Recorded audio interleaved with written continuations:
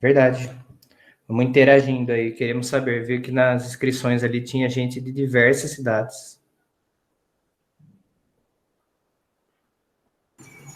Foi, viu, Rafa? Já tá gravando.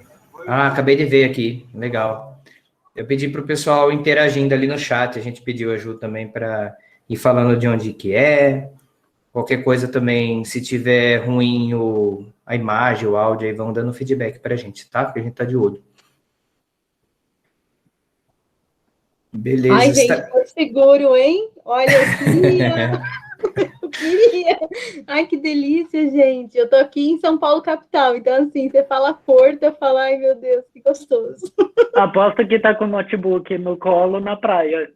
Ai, gente, que sonho. Aqui em São Paulo ainda tá friozinho. Nossa, olha, a inveja bateu aqui, viu, Eduardo?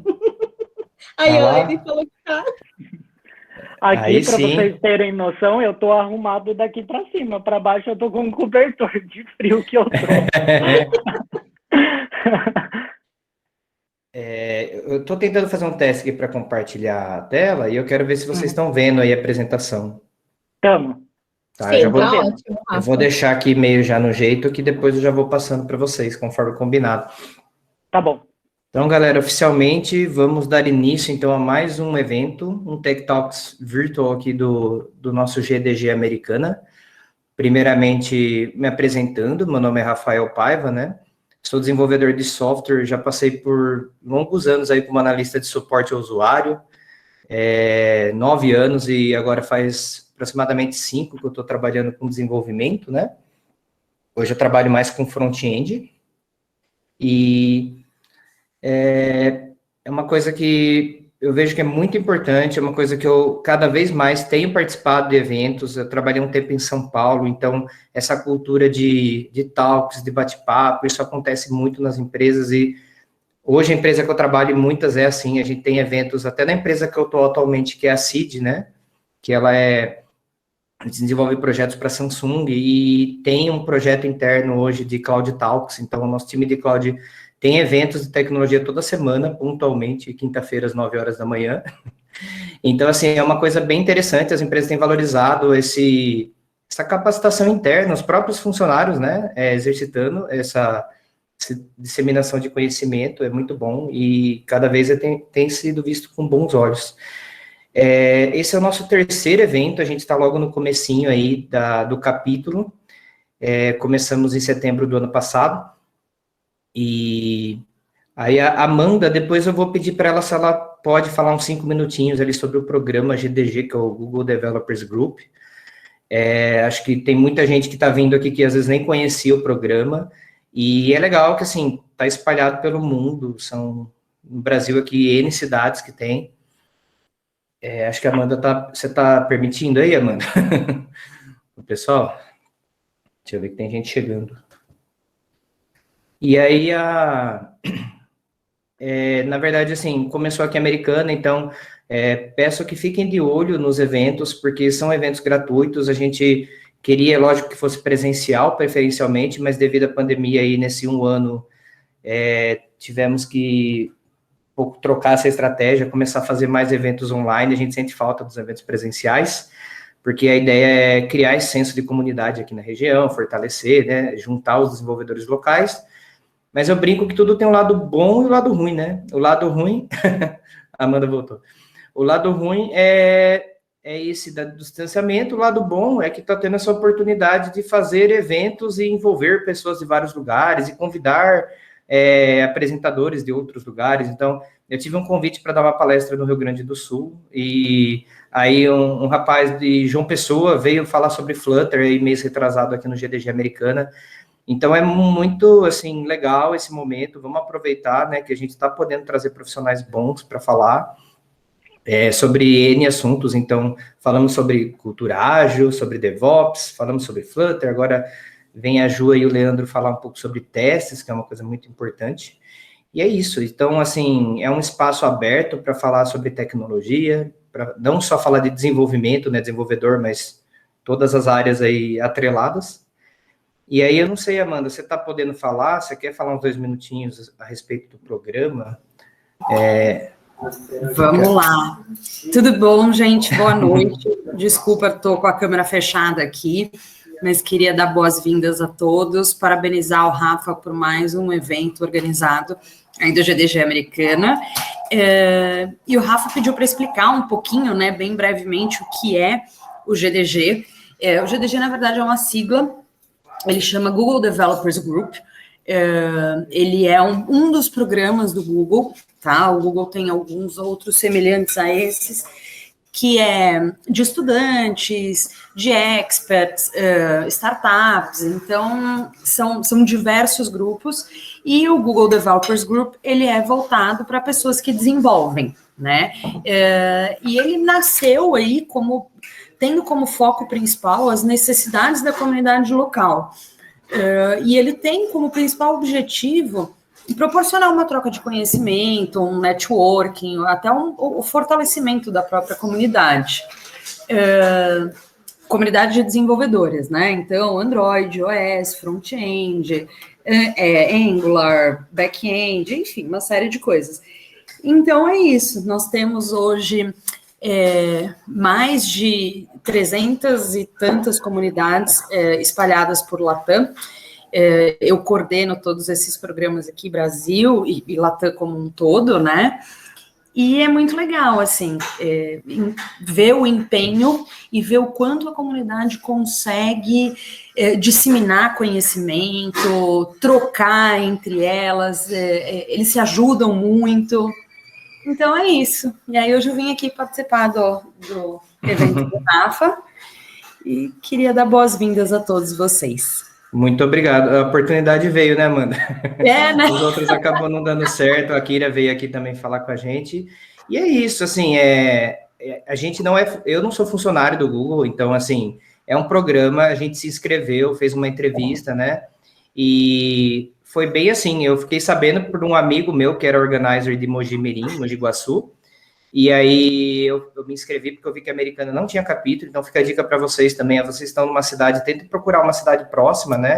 Pesquisa no Google aí, GDG Communities, tem os capítulos aí próximos para vocês verem um mais perto de vocês, e se não tiver na cidade de vocês, se vocês tiverem interesse, porque é um serviço voluntário, acho que tem toda a questão do desenvolvimento pessoal aí, profissional, a gente sempre está aprendendo com alguém, a gente sempre ter essa oportunidade de poder retribuir um pouco, é muito bom.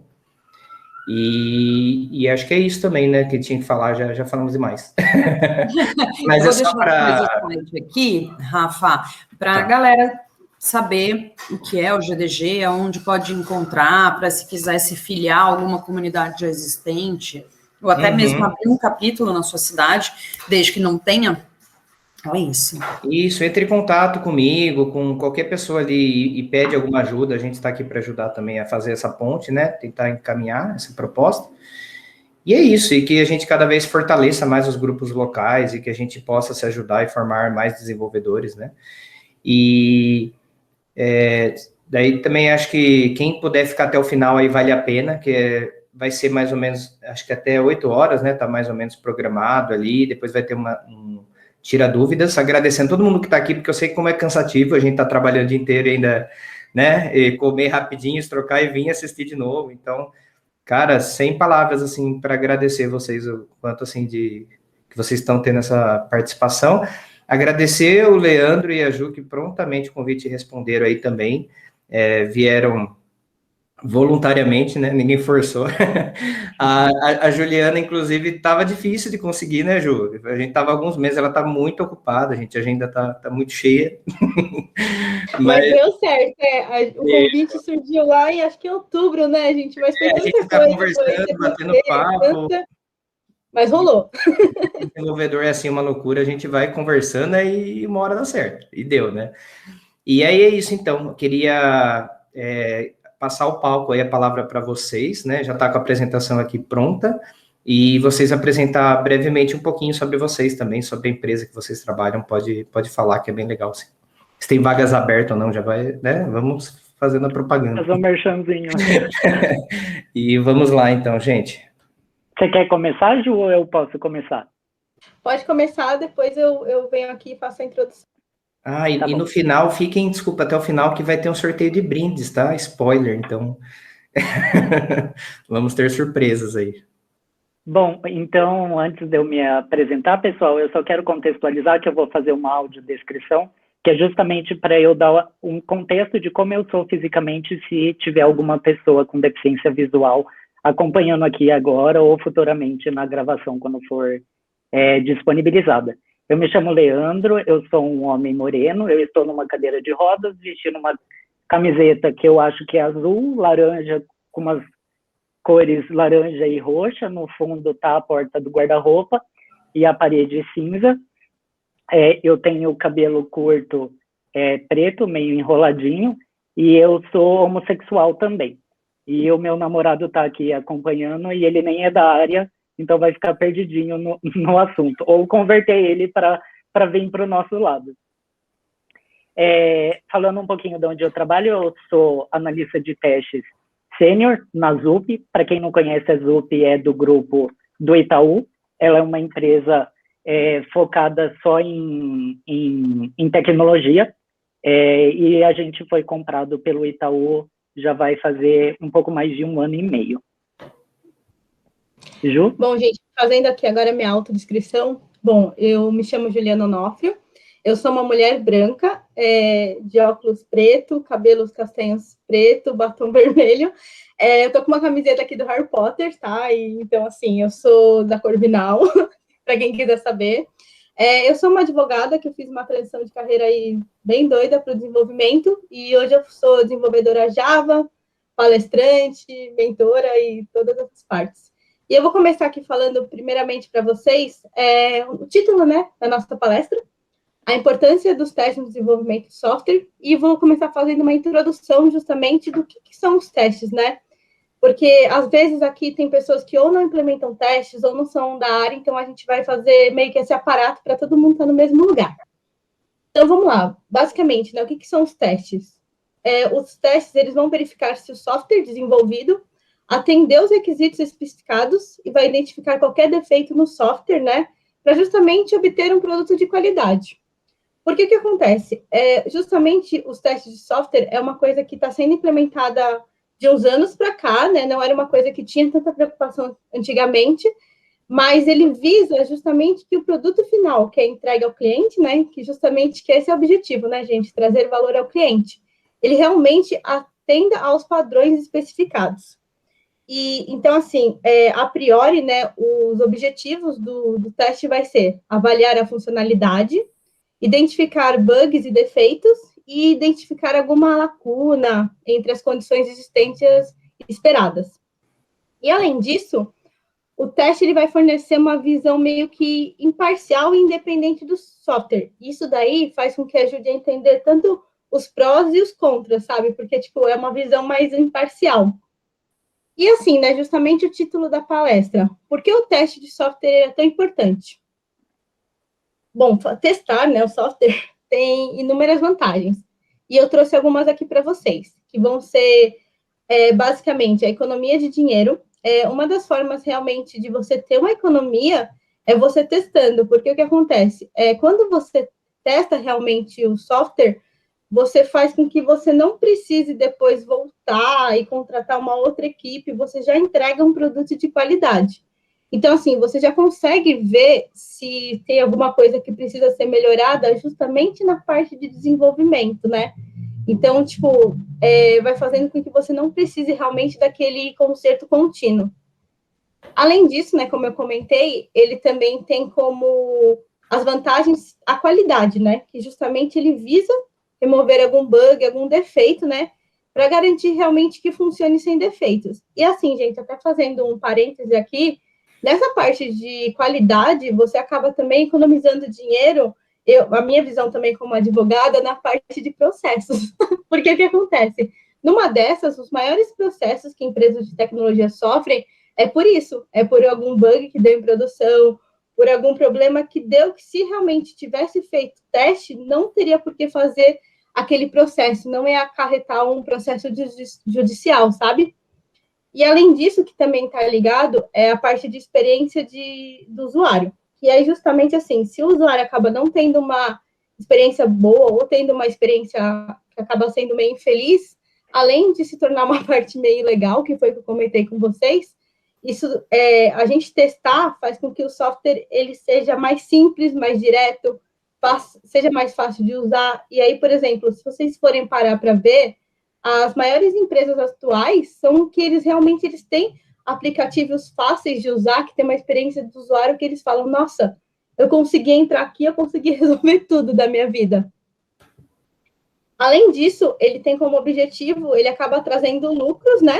Porque justamente assim, ele tem um papel essencial, né, na obtenção de lucros, porque ele aumenta o retorno do investimento, porque assim, se mais pessoas gostam de usar o seu software, etc., consequentemente, você vai ter mais lucros em relação a isso, né? Tipo, seu marketing vai ficar muito melhor. E, por último, eu vejo também muito sobre otimização do negócio, né? Que justamente vai implicar... Vocês podem perceber que tudo que eu falei aqui, meio que ele está ligado, né? Então, a parte de otimização, ele vai implicar em usuários felizes, a retenção de clientes, baixo custo de manutenção. Então, por exemplo, você faz um software ali com qualidade para uma determinada empresa. Muito provavelmente, ela vai se contratar de novo, porque você deu um bom software para ela, sabe? E aí, agora, falando um pouquinho mais sobre os tipos de software, o Lê vai falar um pouquinho sobre isso. Isso, os tipos de testes entre os manuais e os automatizados, né? Ô, Rafa, você pode passar para o próximo slide, por favor? Sim. Então, eu vou falar, dividindo em duas categorias só, para não entrar em muitos detalhes, senão a gente poderia ficar aqui o encontro inteiro falando só entre os tipos de testes, né? Eu vou falar as duas principais vertentes, que são os testes manuais e os testes automatizados. E o que são eles? Os testes manuais seria a pessoa lá que trabalha com análise de teste, ela vai ficar reproduzindo o que o cliente pediu naquele software em específico. Por exemplo, vamos utilizar o Pix como exemplo disso, que seria eu ir utilizar a funcionalidade, cadastrar minha chave Pix, cadastrar o contato da chave que eu vou enviar, fazer a transferência. Então, todo esse procedimento tem como a gente realizar os testes de forma manual. E para ganhar tempo, porque você ficar reproduzindo manualmente todas as possibilidades que o cliente pode fazer ali no dia a dia, isso pode levar um dia inteiro, às vezes pode levar vários dias, pode levar mais do que uma semana, isso sem contar de você encontrar defeitos e bugs no caminho, né? E aí que vem os testes automatizados. O que são os testes automatizados? Você pode ir codificar esse teste que você estava fazendo de forma manual, você pode codificar com a linguagem de programação que você se sentir mais à vontade, que vá te trazer os benefícios que você precisa, e o que você levaria uma semana para realizar todos os testes possíveis, para garantir que aquele produto, aquele software vai ser entregue com a qualidade que o cliente solicitou, vai cair de uma semana, por exemplo, para 1 hora, ou às vezes, questão de minutos, você já tem o resultado da qualidade do software. Então, são essas duas vertentes que são extremamente importantes. E uma não cancela a outra, né? Os testes automatizados estão ali para você cobrir as maiores quantidades de condições, né, do que o cliente poderia fazer, mas o manual não vai deixar de existir. Algumas atividades de testes ainda você vai ter que continuar fazendo manualmente, porque você não consegue codificar e cobrir todos os cenários possíveis. Então, o teste manual sempre vai existir. Você pode passar, Rafa, por favor, para o próximo slide? E aí, aqui, eu já vou entrar no assunto que é de por que QA, que vocês entendam que é a parte de testes, que é uma sigla em inglês de Quality Assurance, que traduzindo seria a garantia de qualidade, né? Então, por que QA deve iniciar suas atividades junto ao desenvolvimento, né? Na verdade, ele não vai iniciar junto do desenvolvimento, ele pode iniciar antes suas atividades lá na concepção do software. O que é a concepção? É a hora que você está levantando as necessidades do cliente em relação ao software. Por exemplo, voltando ali no exemplo do Pix, você quais condições que o Pix tem. O cliente necessita fazer uma transferência que seja instantânea e seja 24 horas por dia e que ela seja 7 dias por semana. Então, independente do dia ser útil ou não, e independente do horário, o cliente vai ter que conseguir fazer a transferência e a outra pessoa conseguir receber essa transferência instantaneamente, né? E é importante lembrar que o QA, ele é responsável pela qualidade desde o início do software até a manutenção dele mesmo. Por exemplo, a Ju desenvolveu lá a funcionalidade do Pix para o Itaú, aí essa funcionalidade foi liberada para os clientes e depois problemas podem existir por diversos cenários e aí a gente continua trabalhando ainda na manutenção dessa funcionalidade, porque o software ele pode mudar, as especificações podem mudar ao longo da vida dele, né?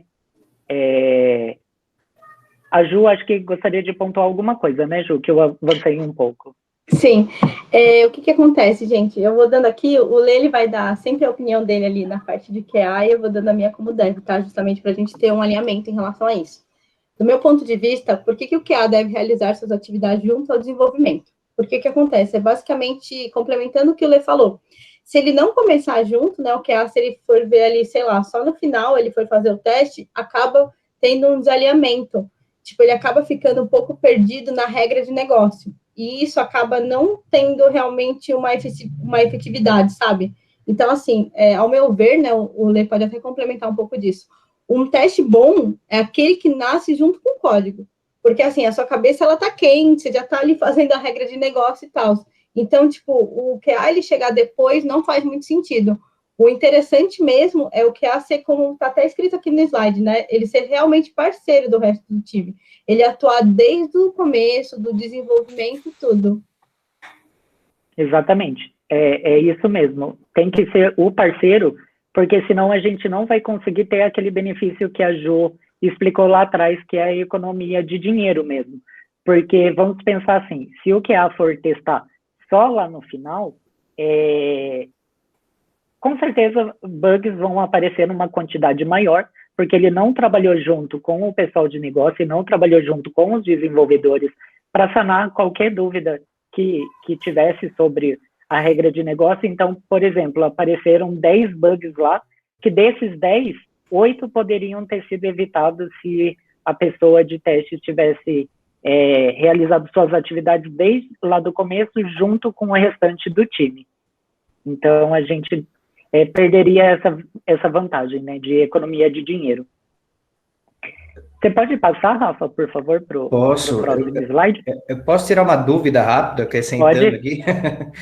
Como dev também, como a Juliana falou, eu acho muito importante, principalmente, estar alinhado, pelo menos, a questão do critério de aceitação das tarefas que o desenvolvedor vai fazer.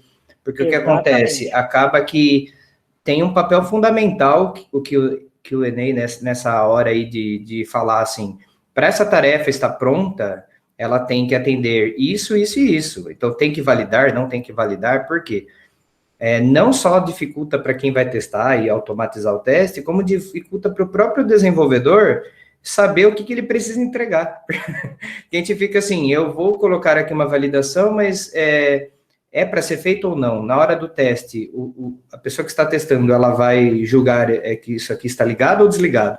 E evita também do desenvolvedor ficar tendo que fazer um monte de coisa, né? E depois ter que, viu que não era bem assim, aí realinha, aí tem que voltar no código, arrumar o que não ficou de acordo, então acaba tendo 2 trabalhos, né? Então, exatamente.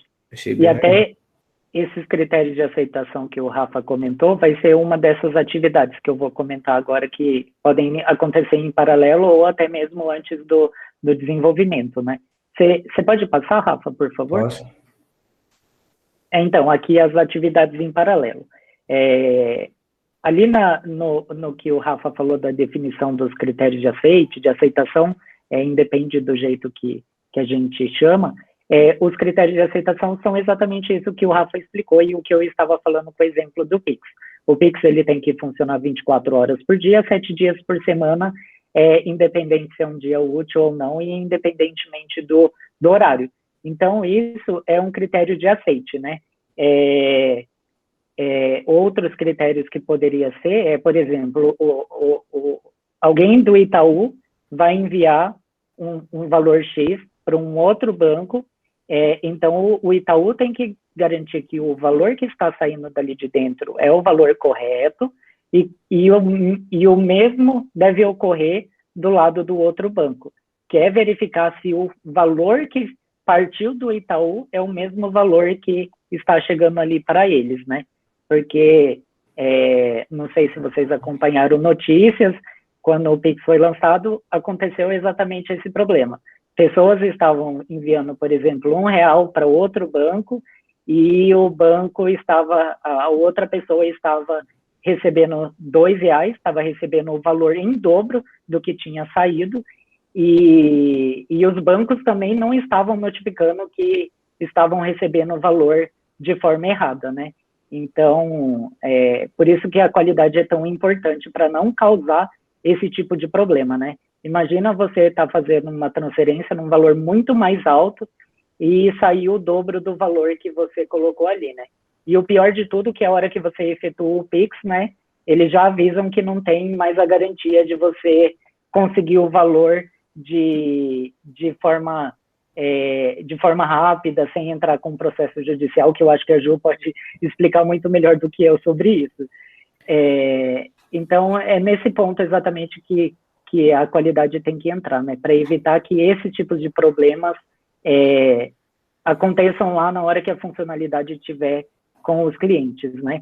E essa atividade de definição dos critérios de aceite, ela pode acontecer tanto antes do desenvolvimento como ao longo do desenvolvimento, conforme os requisitos vão amadurecendo, né. Quer falar alguma coisa, Rafa? Não abri a câmera para o pessoal me vendo também, mas tá bom. eu só ia falar que isso, infelizmente, não aconteceu comigo, esse erro de eu receber em dobro, viu? Não, mas se aconteceu... Que triste, né? Que triste, né? Então, gente, triste mais ou menos, né? Tô Porque tem que ter brincando, a evolução dos valores pagos, né? Então, Sim, o que acontece? com Eu estou trazendo aqui também a visão um pouquinho ali de advogado. O que acontece? Realmente, ele vem com essa visão aí que eu comentei com vocês.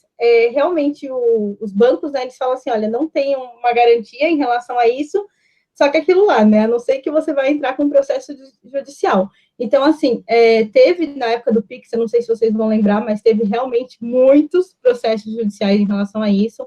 E assim, gente, é cansativo, né, é estressante, ninguém merece ficar entrando com processo judicial em relação a isso. Então, assim, se a gente já faz justamente essas atividades em paralelo, justamente na hora correta, gente, isso daí evita muitas coisas, sabe? Tipo, tem vezes em que os bancos, eles chegam a pagar até, tipo, 1 milhão de indenização por mês. Então, tipo assim, os valores absurdos, justamente por isso, sabe?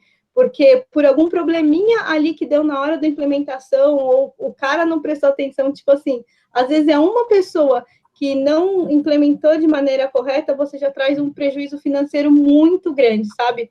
Então, é muito importante em relação a isso. E também até a parte de estresse, porque, por exemplo, eu, como no caso eu sou advogada, para mim acaba sendo rapidinho eu fazer ali uma petição aqui e entrar amanhã e tal. Mas, assim, o que acontece? A maioria das pessoas não tem acesso a isso. Então, assim, você vai precisar achar um advogado, você vai precisar entrar ali na justiça gratuita, um monte de coisa. E mesmo quando você se torna difícil, né? Até porque a justiça brasileira ela é meio lentinha. Então, o que acontece? Tudo que a gente puder fazer para evitar essas coisas assim, para ter realmente uma experiência do usuário, uma experiência do cliente boa, porque, assim, acaba sendo tudo sobre marketing, né? Se vocês pegarem, assim, os grandes bancos atualmente, eles são muito do tipo assim, não, eu tive realmente, aqui foi muito fácil, ou aqui não foi fácil. E as pessoas, elas comentam em relação a isso. Então, para vocês verem como que realmente tem um impacto grande, né? Às vezes a gente acha que assim, não, eu só tô aqui codando no escuro, eu não impacto ninguém, mas não, gente, tipo, às vezes a gente acaba impactando milhões de pessoas com alguma coisa que a gente faz ou não. E os testes, eles estão completamente ligados a isso, sabe? Só comentando um caso de experiência real comigo, tá? Eu já trabalhei em empresas que a gente tinha uma parte de testes bem legal, automatizada, que nem o Leandro falou ali, questão de minutos, um pipeline tudo organizado, já automático. E já trabalhei também em muita empresa grande, que não era bem assim, que o sistema era muito antigo, era legado, estava fazendo essa migração, e tinha grandes problemas, tinha questão, cenários aí da gente ficar 2, 3 dias fazendo teste de regressão manual na tabelinha lá, e, assim, para vocês verem como é sério, eu não vou citar nomes, né, a Juliana está aqui, é uma grande empresa da área de aviação comercial aqui do Brasil, eu trabalhei num projeto deles lá, e às vezes acontecia isso, um pequeno bug, alguém deixou alguma coisa errada que subiu, não percebeu, até alguém ir lá e corrigir o problema, que é questão de horas, já tinha um monte de gente comprando passagem por R$ 1, e aí, o que acontece? Para não gerar um marketing negativo para a empresa, às vezes a empresa assume o prejuízo, porque a pessoa conseguiu comprar e fala, tudo bem, não vou, né, tirar. Só que, imagina, você lá, primeiro emprego como júnior, mó animadão, fazendo teste lá. Lógico que a responsabilidade nunca é de uma pessoa, é da equipe toda, né? Mas você descobre que um erro lá acidental, você causou, sei lá, 500 mil de prejuízo em algumas horas para uma empresa. Então, é bem sério mesmo, né? Pode ser desde alguma coisa bem boba, quanto alguma coisa bem grave, né? Até porque o Código de Defesa do Consumidor, né, ele obriga, né, gente? A partir do momento no qual você compra aquilo lá, tipo assim, não importa, pode ser um erro crasso, que você realmente, você tem que fazer isso daí. Inclusive, no Código de Defesa do Consumidor, gente, o ônus da prova é invertido, que seria, tipo assim, quem tem o maior poder econômico, que não é o suficiente, tipo, que não é o consumidor, né, a empresa, ela que precisa provar que ela estava certa. Então, aconteceu tipo assim, com uma empresa de e-commerce recentemente também, que venderam valores errados e acabou ficando assim, ficou uma promoção ali, né? Mas é um certo prejuízo, né? Exatamente. Então, assim, acaba dando prejuízo, porque, assim, se a empresa ela não assume, como o Rafa falou, os juízes acabam dando isso judicialmente, né? Que inclusive também gera, além de ter que pagar, né? Ainda gera devolução dos valores pagos em dobro, indenização de dano moral. Então, assim, o que a gente puder evitar, né? Melhor. Perfeito. E complementando nesse exemplo do Rafa, dependendo da indústria que você está trabalhando, da regra de negócio, não é dinheiro, além de dinheiro que você vai perder, mas vidas podem ser perdidas por causa de defeitos bobos que pode ir para um software de qualquer coisa dentro de um avião, dentro de um metrô, ou o que seja. Então, não é só o dinheiro também que está ali, responsabilidade do que você pode causar e perder para a empresa, né? E continuando ali nas atividades, depois que você tem os critérios de aceite definido, lá do exemplo do Pix, a gente pode fazer o planejamento dos testes, né? Então, o planejamento dos testes é você, com base nos critérios de aceite, você vai colocar quais cenários de testes, quais cenários de possibilidade que o cliente pode fazer, que você quer garantir que vai estar funcionando. Dependendo da indústria que você trabalha, não é 100% de garantia que eles entregam a qualidade do software. Eles suportam que tenha uma margem de defeitos em produção para ser corrigido futuramente. Mas no caso, por exemplo, de uma empresa aérea, é 100% de cobertura que tem que ter, porque você está lidando com vidas, né? E descendo ali um pouquinho mais do meio, depois que você planejou quais cenários você vai precisar testar, você vai ter que definir como você vai testar essas condições, né? Por exemplo, lá no Pix, eu vou testar condições, por exemplo, eu vou enviar para o banco X, vou fazer um Pix para o banco Y e para o banco Z, só para garantir que eu estou realmente conseguindo fazer o Pix para diversos bancos diferentes. Fazer em horários diferentes, em dias diferentes, em valores diferentes, N coisas, N possibilidades que você pode fazer, né? E aí que entra o planejamento, porque você vai definir quais condições você vai garantir também, porque realizar todos os cenários, nesse caso, às vezes não é viável para a instituição, né? Em questão de dinheiro e gasto. E depois da definição de casos de testes, enquanto o desenvolvimento está ocorrendo, a gente também pode fazer o planejamento da automação de testes, do que poderia ser automatizado para você não ter que ficar fazendo de forma manual e realizar ali de forma que leve 1 minuto ou menos, dependendo do cenário de testes que você está fazendo. até uma coisa que o Dev pode nos auxiliar na automação de testes, quando a automação envolve a tela do aplicativo ou a tela do site, a gente precisa mapear todos os elementos que estão na tela para a gente manipular aqueles elementos no código para reproduzir automaticamente o cenário de testes, né? E aí o Dev pode nos ajudar também em relação ao mapeamento dos elementos. Enquanto eles estão codificando, a gente poderia ter acesso ao código lá na branch que eles estão trabalhando ainda, e eu poderia já olhar lá o nome ou o ID desses elementos que por exemplo, a Ju estaria codificando lá na funcionalidade. Então, isso já nos pouparia tempo de não ter que esperar a funcionalidade estar pronta para daí a gente fazer esses mapeamentos, né? E depois, no final ali, a implementação dos testes automatizados, que é a codificação deles, de você colocar quais condições você vai testar ali de forma automática, quais condições você vai deixar para ser feito de forma manual, e N condições que tem aí também. Rafa, você pode passar para o próximo, por favor? E aí eu vou falar um pouquinho mais detalhado no planejamento dos testes automatizados agora, que é a parte mais importante, deixando a parte manual de lado. Pode passar também, Rafa. Então, aqui, definir os testes, que era um pouquinho o que eu estava falando ali. Você vai colocar quais testes você vai fazer de forma manual e quais você vai fazer de forma automatizada, né?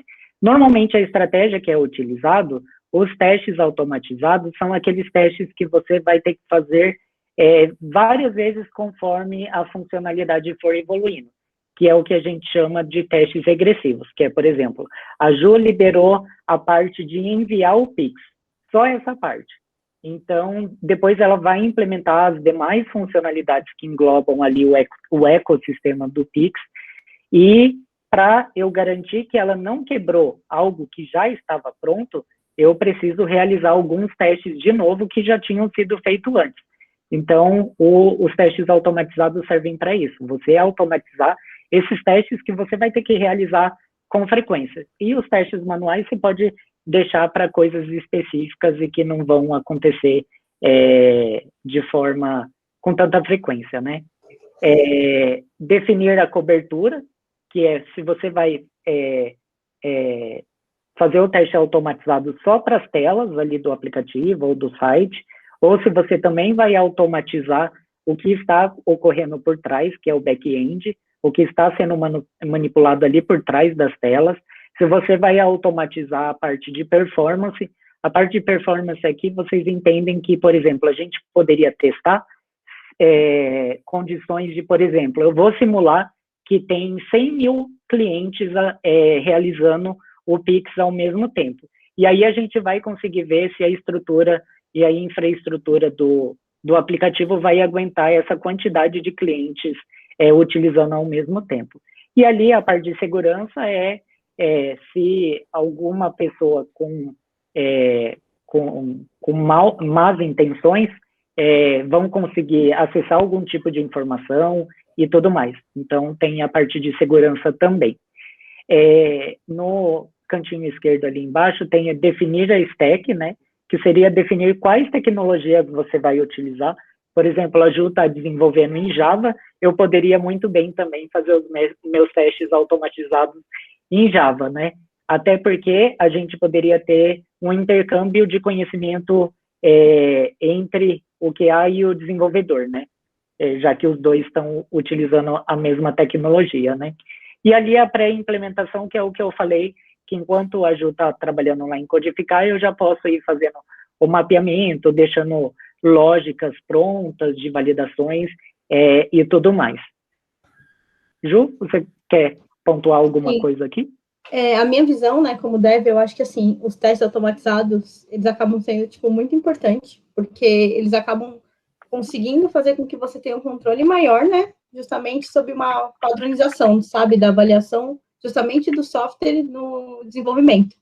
E aí, também, eu tenho uma outra visão, né, que justamente o registro, né, de todos esses testes realizados e os resultados alcançados, ele justamente, ele também permite com que a gente tenha uma maior qualidade na entrega do produto.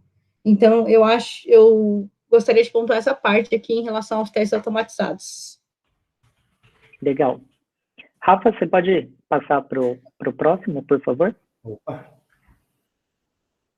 Aqui eu quero entrar nessa parte importante, que a gente vai voltar lá naquele ponto de que o analista de teste, ele é um parceiro de todo mundo ali que está trabalhando no mesmo time, né? Rafa, você pode passar para o próximo, por favor. Então, registrando os bugs, os defeitos, tem algumas boas práticas que a gente deve seguir. Eu falo aqui que deve porque existem muitos profissionais da área que não têm essas boas práticas e acaba causando tanto problemas para a liderança como para os desenvolvedores e para ele mesmo. Então, quando a gente vai registrar um bug, um defeito que encontrou ali, por exemplo, na funcionalidade que a Ju desenvolveu do Pix, eu vou ter que informar um título que é bem objetivo do problema que está ocorrendo. Por exemplo, eu fiz um Pix do banco X para o Y e ocorreu tal coisa e o valor não chegou para o cliente, né? Fazer uma breve descrição, que é explicar o problema com um pouquinho mais de detalhes, colocar o passo a passo de como você encontrou esse defeito, de como você chegou até esse resultado, desde de abrir o aplicativo, de coisa bem básica mesmo, até a hora que aconteceu o bug. Você informar qual é o resultado que deveria ter acontecido e qual o resultado que aconteceu com você e é o motivo que você está abrindo o bug. E ali o ponto mais importante, que são as evidências, ali vocês podem ficar à vontade para detalhar o máximo possível de informações. E nas evidências podem ser prints da tela, onde aconteceu o erro, com a mensagem do erro, pode ser logs, que se você tiver acesso, para você puxar esses logs do momento que aconteceu o erro, porque para o desenvolvedor isso vai ajudar muito na hora dele fazer o debug, para tentar encontrar aonde no código que está gerando esse erro. Você pode capturar informações lá no back-end do response, das requests que estão sendo feitas nas APIs, para ter mais insumos ainda para o desenvolvedor trabalhar em cima da correção. E aqui o importante de ter todas essas informações é você deixar o trabalho de quem vai corrigir esse bug o mais simples possível. Por quê? Quanto mais informação você prover, quanto mais você se disponibilizar a ajudar em demonstrar o defeito ou trabalhar junto para tentar encontrar onde que esse defeito, o porquê que está sendo gerado esse defeito, a correção poderia acontecer no mesmo dia e você ali retestar e ver que a funcionalidade está acontecendo. Mas se você deixa de informar qualquer coisinha no bug que você registrou, às vezes você pode gerar dor de cabeça para os demais e esse bug levar 1 ou 2 semanas para ser corrigido, e poderia ter sido muito mais rápido se você tivesse seguido esses passos e ter provido mais informações, né? Gente, na minha visão aqui como dev, o que acontece, tá? Quando realmente tem essas evidências, isso daí impacta completamente no trabalho não só do desenvolvedor, como de todo o time. Porque o que acontece? Às vezes, sei lá, você não tem as evidências, acaba demorando muito mais, né? Como o Lê falou. Então, isso daí vai tendo todo meio que um efeito cascata, né? Em todo mundo. Então, o que acontece? Você realmente deixar o bug ali bem registrado, com todas as evidências, faz com que você aumente muito sua produtividade, sabe? E agilidade também da equipe. Então, foi exatamente como o Lê falou, tipo assim, às vezes você está registrado direitinho, às vezes você consegue arrumar aquele bug ali num dia, ou no máximo no outro dia. Às vezes não, às vezes fica travado 1, 2 semanas por coisas assim, meio que bestas, sabe? Que se você se o QA já tivesse feito essa parte antes, é uma coisa que talvez para ele fosse demorar um pouquinho mais para ele fazer, mas tem muito mais benefício do que coisas ruins, sabe? Então, tipo assim, essa parte é uma coisa também que eu queria deixar muito claro, né? Às vezes as pessoas, elas acabam, especialmente antigamente, não fazendo os testes, não fazendo essa parte de registro de bugs, etc e tal, por causa do tempo que vai demorar, gente. Só que, assim, às vezes compensa muito mais você pegar um tempinho a mais para fazer aquilo e, ao longo prazo, você ter muito mais agilidade, mais produtividade, do que, às vezes, você não fazer, não, eu não vou fazer porque isso daqui vai me custar 2 horas. Mas, ao todo, no processo de desenvolvimento de software, você consegue ser muito mais ágil. Então, é muito importante essa parte, sabe, assim, porque se todo mundo realmente colabora e faz as coisas diferentes, tanto no trabalho em equipe se torna muito melhor, quanto na entrega do cliente, sabe? Você consegue fazer sprints muito mais rápidos, consegue entregar valor muito mais rápido, sabe? Então, eu vejo que é muito sobre isso. Às vezes vai demorar um pouquinho, mas tem muito mais benefícios. É uma velocidade que a gente quer tudo fazer de última hora, né? Tem tudo ágil, tudo para ontem, a gente quer provar eficiência sendo rápido, e eu brinco que ser ágil não é só velocidade, né? Então, às vezes, você, como a Ju falou, é uma economia que, no final das contas, não representa uma economia lá no final da história, porque você está economizando aqui e depois tendo um trabalho muito maior lá na frente para arrumar. Acho que eu achei legal falar um pouco a parte de bugs, né? Aconteceu também recentemente. A gente tem muito essa questão que a gente está desenvolvendo uma tarefa e no meio do caminho, você está entregando o código, tem uma revisão, um colega seu ali vai dar uma olhada, fala, ó, tá legal, tá funcionando, mas talvez acho que isso aqui é melhor. Enfim, nesse momento ainda a gente não entregou a tarefa, não está pronta, né? Aí, às vezes, a tarefa está pronta, aí a gente, antes do time de teste pegar um erro, a gente, como desenvolvedor, já viu o erro depois que a gente entregou a tarefa. E aí, o que a gente acaba fazendo, parecido com o que a Ju falou, eu vi, ninguém percebeu ainda rapidinho, eu só vou lá e vou arrumar e ninguém vai perceber. E, às vezes, porque a gente não quer abrir um bug, a gente não quer criar uma nova tarefa e ter que ir lá ter o trabalho de registrar isso. Mas o que acontece?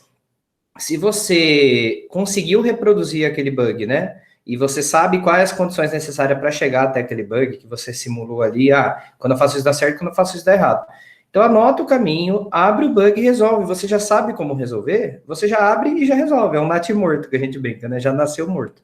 Mas, por que é importante? Porque justamente isso, de repente, esse teste que você percebeu, ele não estava mapeado num teste de regressão, né, Leandro? Às vezes era uma situação que nem o time de teste conhecia aquela situação e você descobriu. Uhum.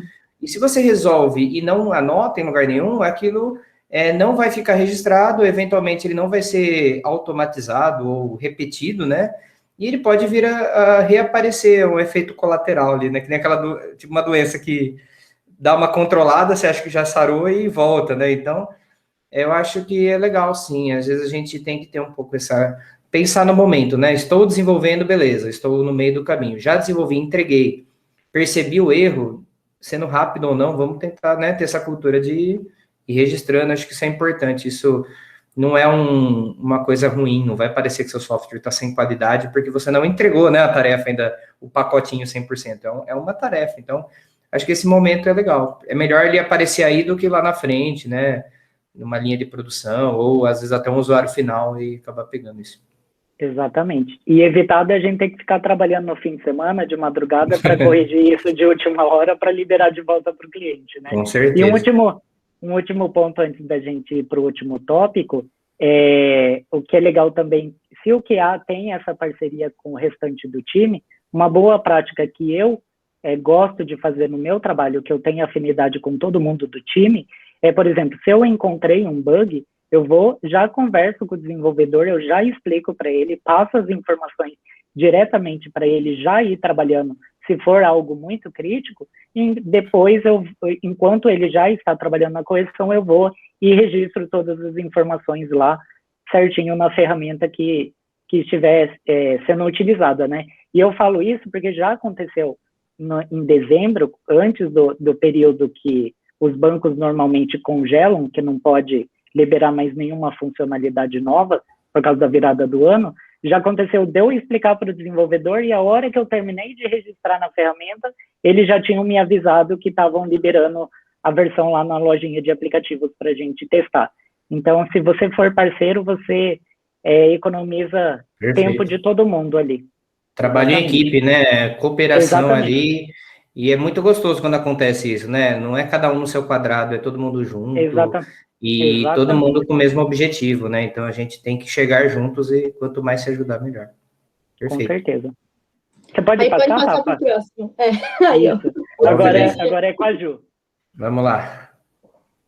Bom, gente, primeiro falando um pouquinho aqui, né, para vocês, o que é acessibilidade digital, né? Afinal, o que acontece?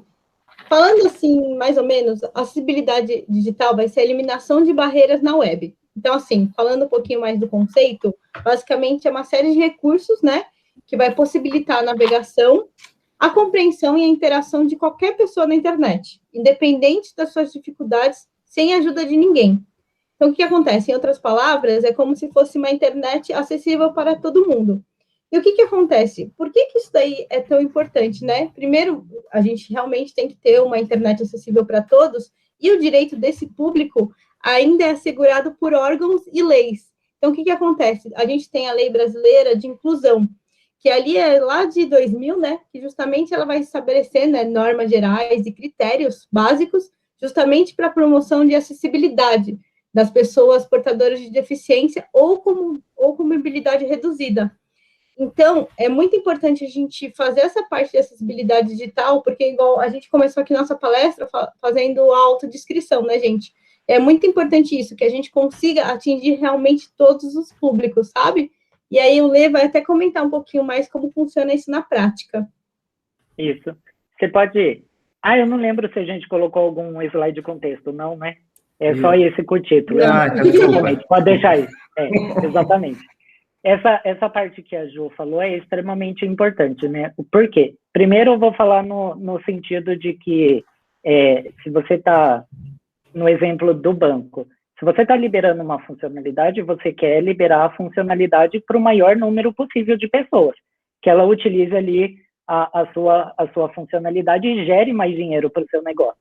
Então, você quer o maior público possível. Então, você não vai deixar de lado as minorias por falta de acessibilidade no seu produto. Uma boa prática que a gente tem aqui no Itaú e está tendo nos demais produtos da ZUP é que nenhuma funcionalidade vai para a produção, nenhuma funcionalidade que eu digo que tenha interação com o cliente, né? Não a parte do back-end, de infraestrutura e tudo mais, essa funcionalidade não vai para o cliente se não passar por um time de acessibilidade digital, de um time de testes de acessibilidade, porque lá eles vão garantir, por exemplo, se o leitor de tela vai conseguir dar o contexto para uma pessoa com deficiência visual conseguir utilizar o aplicativo da forma como uma pessoa que não tivesse a deficiência utilizaria, e vai um pouco além disso, que eu não sabia sobre isso, eu descobri quando a gente estava liberando a nossa funcionalidade para o time de acessibilidade testar, é que eles também verificam a questão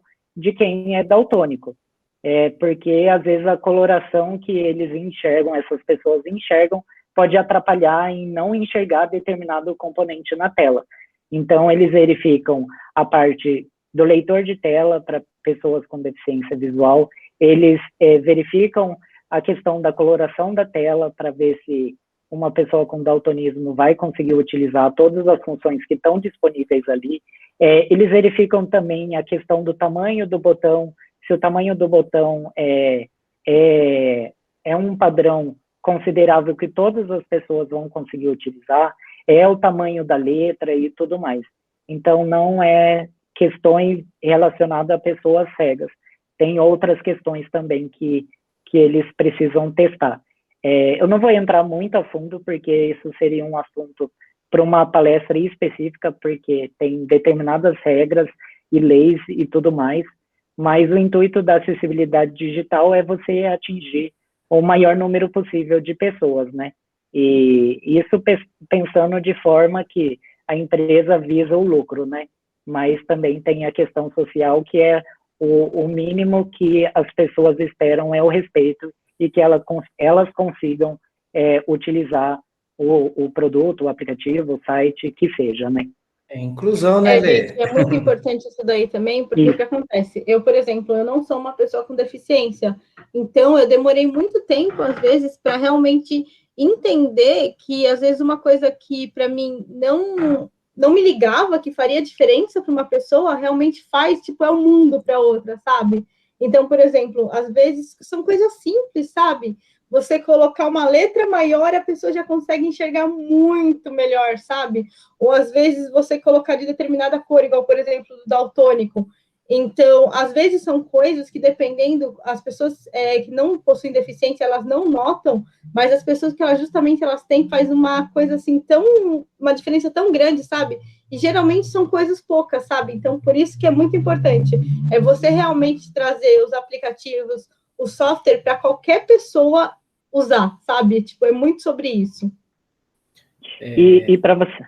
Pode falar. Eu ia só complementar, assim, deixar esse gancho aí, não deixar morrer, né, esse assunto que é bem interessante. E vamos conversar e ler, Ju, coloca eu em contato com o pessoal para a gente tentar trazer uma palestra sobre acessibilidade, talvez até com alguma pessoa que já tem algum tipo de deficiência que queira trazer essa visão também. Eu acho que a gente tem esses canais aí para trazer o pessoal para falar. E é super legal, porque é uma coisa que às vezes, que nem a Ju falou, não faz parte do nosso dia a dia, e diretamente ali do nosso cotidiano, mas a questão da inclusão faz toda a diferença para uma pessoa que ela não tem acesso fácil àquele tipo de contexto, de cenário, né? Então, só quis, assim, falar um pouco da questão que eu fiquei muito feliz, né? Que o Leandro combinou comigo, a gente fez alguns testes na plataforma, inclusive ele me colocou em contato com o time da ZUP, que eu achei sensacional, que a empresa tem um time de testes focado em pessoas com alguma deficiência.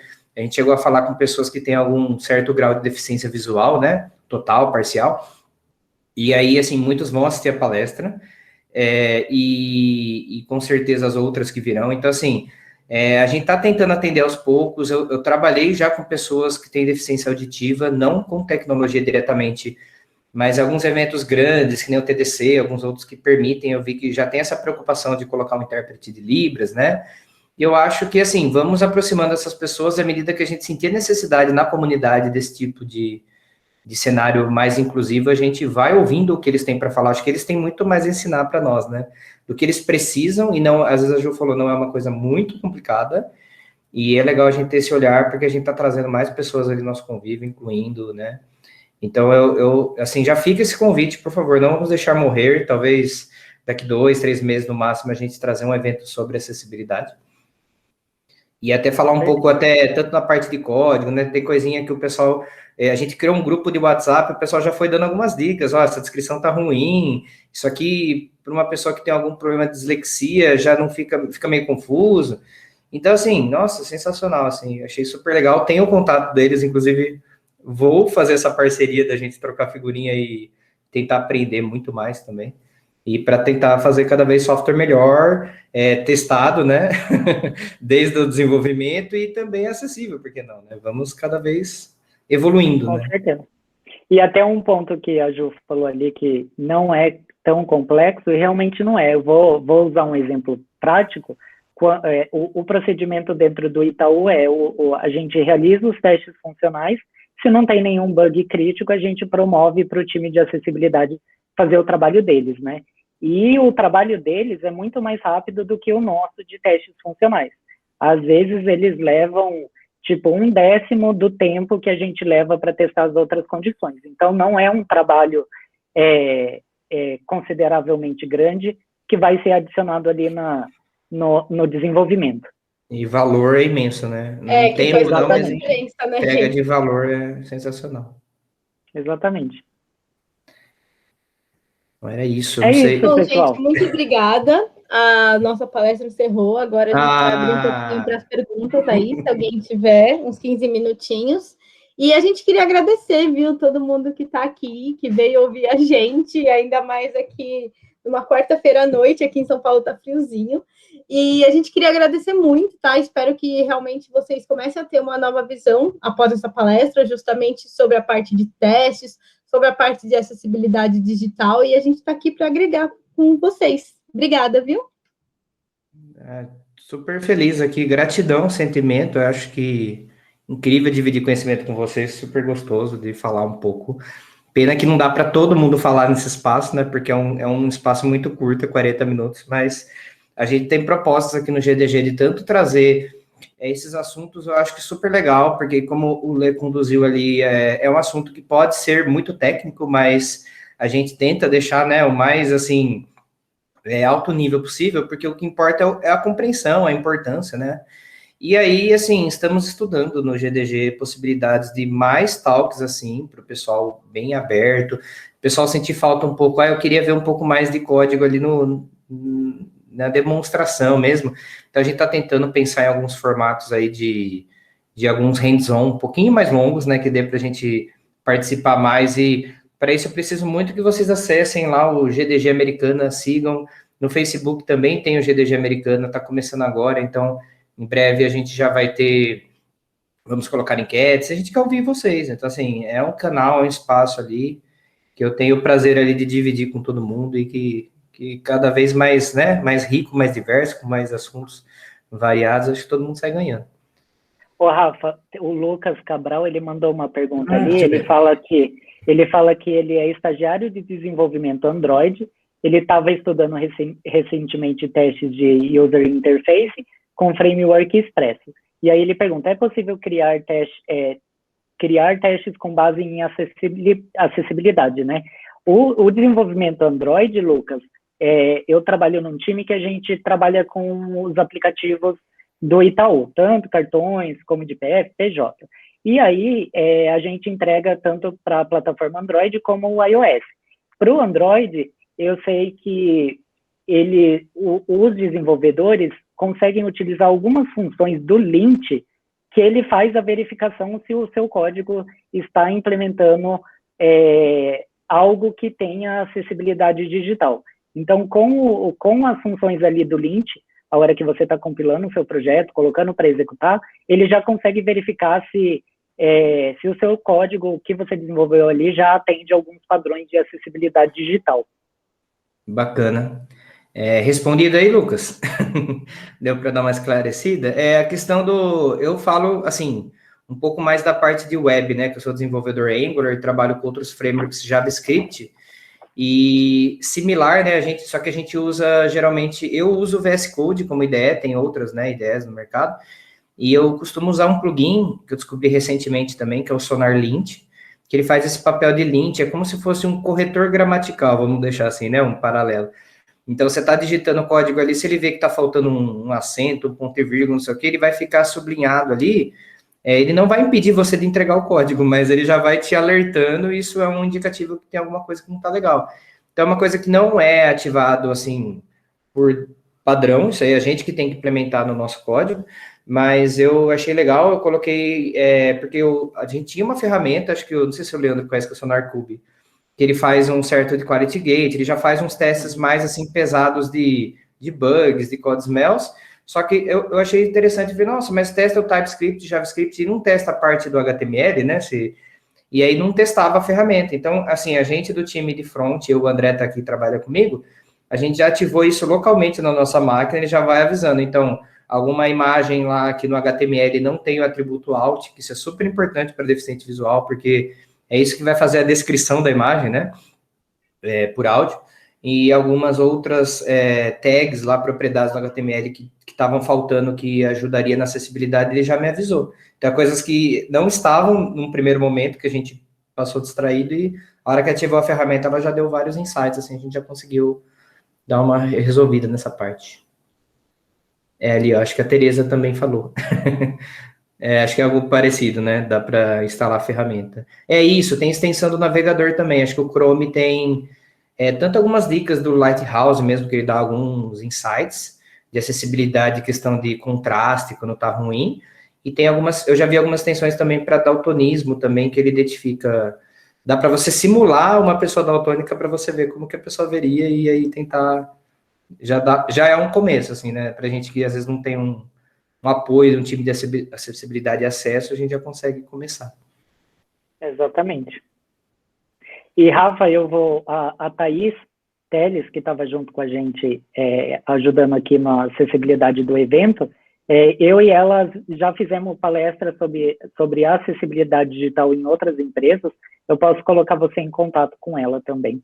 A Thaís, ela até falou pra gente que se inscreveu, eu não sei se ela tá aqui Uhum. agora, ou ela não conseguiu participar, mas provavelmente ela vai assistir, que ela estava interessada, e ela, sim, parece uma pessoa bem, né, bem ativa também, né, interessada em Sim, participar, e a gente pode sim, ver, sim, a gente pode combinar. com certeza. Eu vou Fechado. falar com ela. Ó, então, galera, não saiam rapidamente. Só para encerrar, se ninguém tiver mais nenhuma dúvida, mas a gente tem ia o fazer... brinde, né? a gente vai fazer um sorteio rapidinho. Amanda, quantos brindes a gente temos hoje? Não sei se a Amanda tá ouvindo, se ela tá mutada. Mas eu lembro que eu tinha conversado com ela, e ela falou que pelo menos 3 brindes ali tínhamos, que era, acho que é um kit com uma necessaire e um copo retrátil, alguma coisa assim. É uma lembrancinha, tá, gente? Não é nada demais, mas Ai, gente, mas isso É um- é super legal. é A um, gente também quer, Lê. é um carinho. Eu sabia que ia ter isso. A gente vai entrar no sorteio também? Assim, nesse momento não, a gente vai tentar deixar mais para o pessoal que está aqui para motivar eles a voltarem. Mas, assim, também tem aquilo que eu combinei com vocês, tem a badge de speaker, né? E a gente pode trazer vocês de volta, a gente vai vendo, sim. Com certeza. De acordo com o que a gente vai conseguindo, a gente vai dividindo. O que eu queria passar rapidamente aqui, galera, vocês estão vendo a minha tela, eu tentei capturar aqui todo mundo que estava participando. Então, só vale quem está aqui, hein? Quem já foi embora não vale mais. E aí, acho que a maioria está aqui. Vou falar rapidamente. Se alguém aqui não tiver, já avisa ali, grita no chat. Eu coloquei aqui, ó, Breno, Denner, Diego, Eduardo, Eloá, Erivelton, Gabriel, Isaías, Jaqueline, João, Laura, Lucas, Marcos, Maxley, Natan, Rivolier, é isso, né? Se eu estiver errado, me avisa. Rudney, Samuel, Vitor e Tereza. Então, tem um número aqui de 1 a 20. Se estiver faltando, me avisa que dá tempo de inserir. Mas eu vou sortear aqui 3 números aleatórios, então. E aí, quem ganhar o brinde, por favor, deixa um contato aí, um e-mail, um número do WhatsApp no chat, que daí eu vou precisar do endereço certinho da galera para a gente depois despachar o brinde. Tá bom? Então, vamos lá. Vou sortear aqui.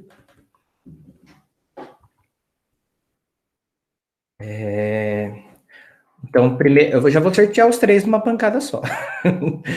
Então, ó, o primeiro é o número 6, o segundo é o número 3, que ganhou, e 14. 6, 3 e 14, vamos lá. Diego aqui ganhou, vou fazer um xizinho. 6 aqui, Erivelton, e 14, Maxley. O pessoal tá aí no chat, por favor, se tiver, já fala aí, ganhei. Senão a gente tem que sortear outras pessoas aqui. O pessoal tá acompanhando, será? Deixa eu olhar aqui, ó. Vamos lá. É o Denner, né? Diego, Erivelton. O Diego saiu, ó. O Erivelton Já também. abriu uma vaga. Erivelton também. 2 vagas. Daqui a pouco o pessoal tá voltando, né? E o Maxley. Gente, eu só sorteei pessoas que saíram. Como assim? Exatamente. Já tira da linha e sorteia de novo. Se repetir aqui, a gente pula. Então vamos lá. 8, 19 e 13. 13 repetiu. Ah, não, 13 não. Não, então é 8 Isaías. 19 Vitor. O 19 é o meu namorado. 13, aí, já ganhou, ó. Mas o motivo dele vir para nossa área, né? Exatamente. Marcos, Ainda Isaías e Vitor. Ainda mais que adora jogar LOL. Ó, os 3 estão aí já. Tá todo mundo aqui? Marcos, Isaías e Vitor? Então. Aí, ó, todo mundo aí. Então, ó, tá vendo? Eu avisei, ó, quem ficasse até o final. Então, beleza, joga LOL, eu também jogo, hein? Depois vamos combinar aí de fazer uma partida aí. Ô, gente, para vocês não perderem, antes de sair, deixa, acho que o WhatsApp. Acho que o WhatsApp é o contato mais fácil. Passa o WhatsApp os 3 aqui no chat, que aí o Rafa salva e chama vocês. Isso. Deixa eu abrir aqui um. Aí, ó, show. Olha, esses 3 aqui, eles são demais, eles são ágil, Chamei eles. Então o negócio é... Vamos lá, deixa eu já copiar aqui antes de fechar, porque já viu, né? Depois o apresentador... Então, por isso que eu falei. Já É bom perdi de muita coisa, desenvolvimento, gente. mas já passou o horário meu de trabalho aqui, a gente já tá Gente, fazendo hora extra, né? Nessa daí de fechar o chat, eu já perdi tanta coisa, gente. Eu também, eu fiz questão de deixar aberto agora para não perder nada. Tá aqui o número, é todo mundo salvado. Então, Marcos Santiago, Isaías Ferreira e Vitor. Qual que é o primeiro nome do Vitor? Ou é Vitor mesmo? É Vitor Hugo. É que ele colocou sei lá, Vitor. Gente, amei, Vitor Hugo, é o ID do e-mail. Entendi. Então tá. Gente, deixa eu só parar a apresentação aqui, então. Aí vocês vão me ver novamente, acho. Muito obrigado, gente, mais uma vez aí pela presença. Que bom que vocês gostaram. Espero vê-los novamente aí. A gente está tentando fazer pelo menos um evento por mês. E aí eu já vou entrar em contato com o pessoal, então, já vou pedir hoje mesmo, tá? Depois aqui a gente já vai entrar em contato, vou pedir o endereço certinho para a gente despachar os brindes. Isso mesmo, a Ju deixou o contato do LinkedIn em todo mundo, então, por favor, conecte a gente. Quem quiser seguir no Insta, pode seguir também, eu estou mandando o meu. Isso, dê sugestões, às vezes vocês conhecem uma pessoa muito boa que gosta de apresentar e também quer trazer algum assunto relevante aqui, pode vir. E aí a gente só vai, né, fazendo essa articulação aí, tentando, né, casar os temas aí com as palestras para ficar um negócio bem bacana para vocês. Gente, muito obrigada, viu? De verdade, todo mundo que tá aqui. A Tereza, eu sou fã dela. Toda palestra que eu tô, a Tereza, ela é lá da ZUP, né? Ela vem aqui ver a gente, ela é uma fofa, gente, de verdade. Tereza, muito, muito, muito obrigada. Como assim? Eu não conheço a Tereza ainda. Você não conhece? Não. Pelo amor de Deus, eu já te passo o contato dela, já chamo ela amanhã ali. Por favor. Ela é lá na ZUP, ela tá na guilda, ela tá na parte do Zenit e tal, sabe? É uma tá bom. Tereza, sério. Eu não sei se a Amanda, você tá por aí? Você tá na escuta? É porque ela tava gravando, eu vou pedir para ela parar depois o vídeo. Mas aí fica nessa, então, relembrando que teve pessoas que entraram mais tarde e queriam ter visto o começo da palestra, perguntou se ficou gravado. Esse vídeo vai ser feito o upload dele amanhã no YouTube, então vai ter, e a gente faz o link do YouTube no próprio site do GDG Communities, eu deixei o link lá. Então é só pesquisar GDG Americana no Google, vai cair na página do GDG Communities, e lá vocês têm acesso aos próximos eventos e aos eventos anteriores com o link do vídeo do YouTube. Então, acessando lá, vocês já automaticamente já vão ver o vídeo das outras palestras e é isso aí, ninguém perde nada. Show, gente. Muito obrigada, viu? Boa noite e até mais. Tchau, tchau. Tá, quem ficar Obrigadão, aqui, então... gente. Obrigado, gente. Quem ficar aqui e quiser ver o canal do YouTube, eu vou pegar aqui só e vou colar no chat, tá?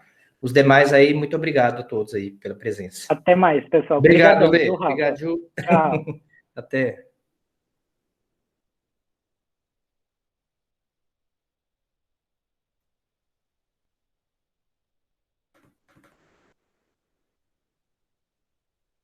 Tô pesquisando aqui, gente.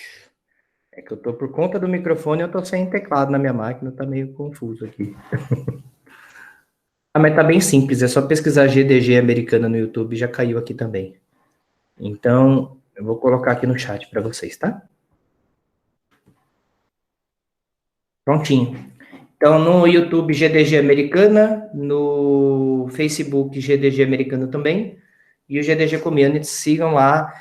Ainda tem pouca informação ali, muito pouco conteúdo, porque o capítulo é recente, começou há alguns meses, né? Então, um dia a gente vai ter bastante conteúdo. E com a ajuda de vocês também, continuem frequentando aqui, tá bom? Muito obrigado a todos, viu? Boa noite.